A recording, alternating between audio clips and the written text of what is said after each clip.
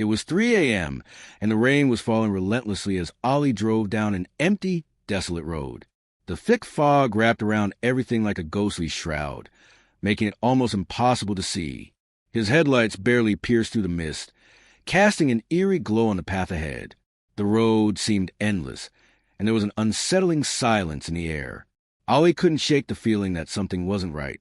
He glanced around, but there was nothing, no cars, no streetlights, just the endless stretch of the empty road. As the rain slammed against the windshield, Ollie tightened his grip on the steering wheel, hoping to reach home as quickly as possible. Suddenly, his headlights caught something. A figure. A man. Standing in the middle of the road. Ollie slammed on the brakes, the tires screeching against the wet road as the car came to a sudden stop. The man didn't move. He was tall, draped in a tattered cloak, his back facing Ollie, and he stood completely still. There was something incredibly strange about him, an unsettling presence that sent a chill crawling up Ollie's spine. "Hey, move out of the way," Ollie shouted, honking the horn, but the man didn't budge.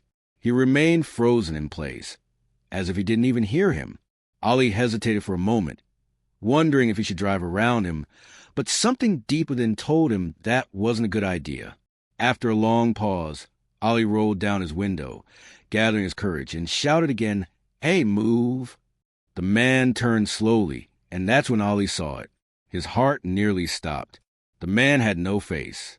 Instead of eyes, there were only two empty, hollow sockets, black as a void, staring back at him.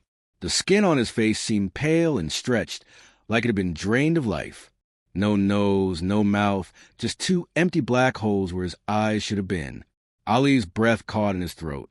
Fear surged through him as his mind raced. He had to get away. He slammed his foot on the gas pedal, sending the car speeding forward, away from the faceless figure. His heart was pounding in his chest, his hands shaking on the wheel. But as he glanced in the rearview mirror, Ollie froze in terror. There, sitting in the back seat of the car, was the same faceless man. His hollow, dark eyes were fixed on Ollie. The air grew heavy and cold, and for a split second, time seemed to slow. Ollie's pulse raced as a voice, cold and hollow, whispered into his ear, "You saw me. Now you can't escape." The lights in the car flickered, and in an instant, the world around Ollie went black.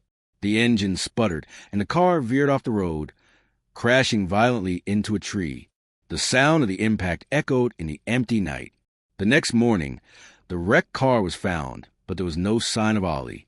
The police searched the area, but he was nowhere to be found.